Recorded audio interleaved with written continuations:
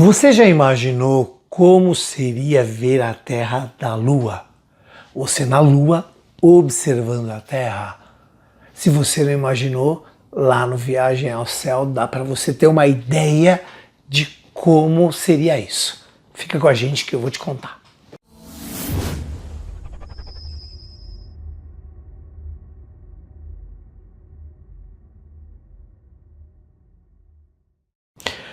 Educação Científica e Física com você, meu nome é Paulo Henrique, estamos aqui com mais um vídeo sobre Viagem ao Céu do Monteiro Lobato, né? Estamos no capítulo de número 8, né? Lembra-se que no último capítulo, no capítulo de número 7, fizemos toda uma reflexão sobre a Lua, sobre características da Lua e o Monteiro Lobato nos ajudou nisso. No capítulo de hoje as coisas se invertem. Nós vamos olhar a Terra a partir da Lua.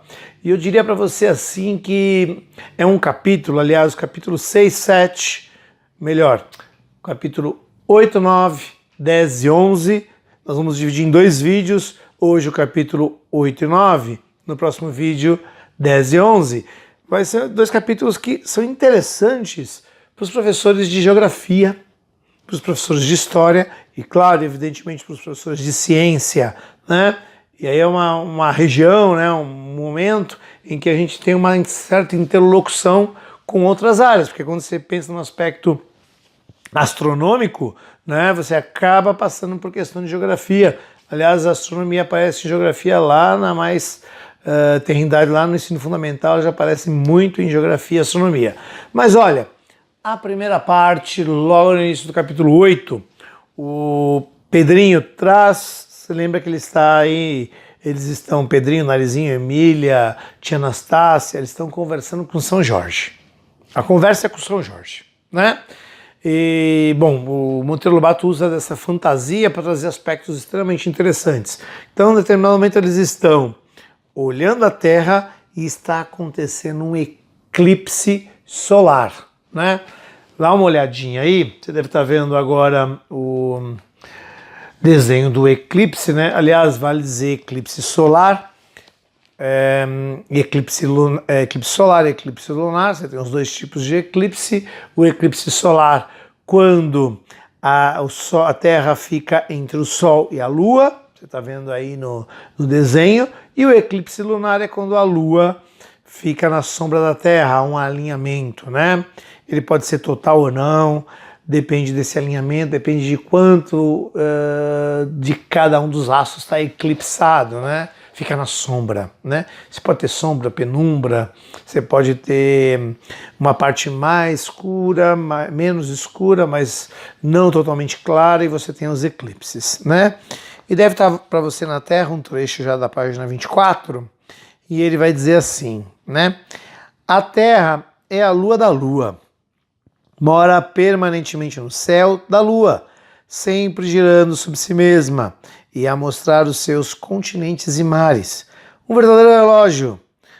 Quem quer saber das horas é só olhar para a Terra em seu giro sem fim e ver que continentes vão aparecendo.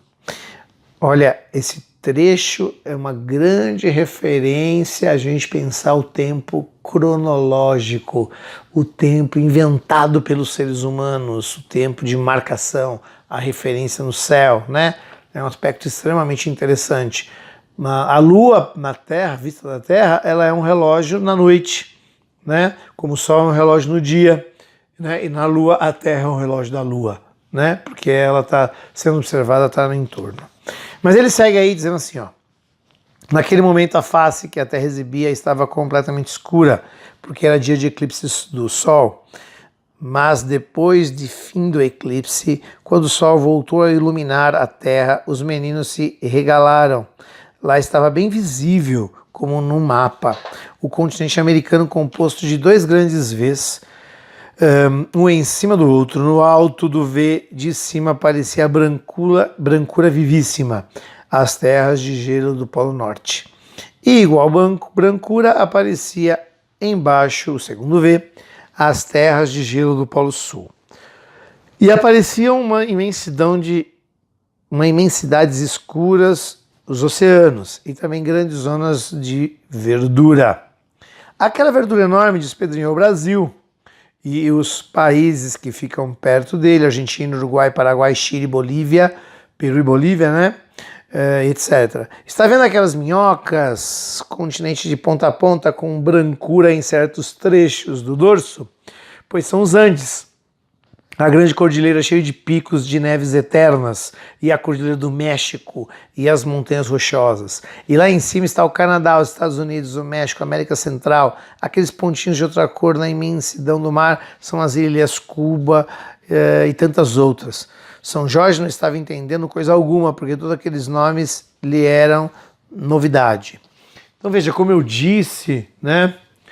Olha só, como eu disse, é uma questão, um parágrafo extremamente interessante para se trabalhar numa aula de geografia, né? Percorrendo aí toda a América, as localizações, as referências, né? Que ele traz, né? Aquela verdura, né? Então ele está falando aí do verde do Brasil, das matas brasileiras, né? Fala das minhocas, aquela parte bem comprida, né, da cordilheira, os pontinhos nas ilhas, América Central, América do Norte, enfim. Ele traça aí toda uma geografia digamos, dos principais países que constituem o continente americano. Mas o São Jorge não conhece nada disso. São Jorge não é dessa época. São Jorge é de lá do ano 200, né? Era uma outra realidade, né? Então, nesta realidade, o Pedrinho, e na conversa que ele vai tendo, ele vai dizendo como que era, o que ele entendia ser a Terra na época dele. Então, deve ter entrado para você já na tela aí o trecho, para a gente falar mais um pouco, né? E ele vai falar o seguinte, olha só, ele fala assim, bom, São Jorge suspirou, no meu tempo o mundo era bem menor. Havia Roma, a grande Roma, a cabeça do Império Romano, e o Império Romano era tudo. Quase todos os povos da Europa estavam dominados pelos romanos, como a Espanha, a Aquitânia, a Bretanha, a Macedônia, a Grécia, a Trácia, a Panônia, a Arábia Pétrea, a Galícia, a Cilícia, a Mauritânia, lá na costa da África. E a tal Capadócia, onde o senhor nasceu? Perguntou a menina. A minha Capadócia ficava entre o país de nome Ponto e outro país de nome Cilícia, junto à Mesopotâmia. Pedrinho contou que tudo havia mudado. O tal Império Romano já não existia. Em vez dele surgira o Império Britânico, cuja cabeça era Grã-Bretanha, né? Então, olha, veja aí, São Jorge viveu numa outra época, então era um outro contexto, mas veja que essa mudança, né, entre outros aspectos, é interessante para o professor trabalhar com as crianças, né? Esta mudança tem uma questão histórica envolvida e que a questão de geografia está dentro de espaço e tempo, né? A geografia não é uma característica ou uma disciplina estanque, ela é dinâmica, ela muda, né? E ao longo do tempo, e a gente já presenciou quantas mudanças geográficas, quantos países novos surgiram no Brasil, quantos estados surgiram da época que estudávamos aí há 30, 40 anos atrás até hoje, né? Então o livro consegue trazer isso com muita leveza, né? Consegue trazer isso com muita clareza, falando um pouquinho desses aspectos de mutação, né, que a Terra vem sofrendo e de aspectos culturais, né? São aspectos culturais que estão envolvidos ao longo do tempo nessa mudança geográfica que Pedrinho acaba trazendo aí. Bom, e ele vai, na sequência, ele vai falar muito disso, a conversa que ele vai ter aí no capítulo 8, capítulo 9 vai muito nessa direção, vai falar um pouquinho desse detalhamento daquilo que sobrou, né? Então a Bretanha da época dele agora era o Império, era a Grã-Bretanha, que era o Império na época do Monteiro Lobato muito forte, era uma junção de reinos muito forte na época do Monteiro Lobato. Mais adiante ele vai falar da Aquitânia que hoje é França, né? Vai falar um pouco desses aspectos para fechar tanto o capítulo 8 quanto o capítulo 9. Ele vai encerrando lá o capítulo 9 numa conversa que ele tem com a tia Anastácia falando que não quer ficar ali, que ela quer voltar para casa, e os meninos dizendo que a viagem continua, que eles querem conhecer todos os pontos do sistema solar e todos os planetas do sistema solar, né? Mas isso é conversa para outro vídeo. Se inscreve no canal, deixa seu like, um grande abraço, até mais, tchau, tchau!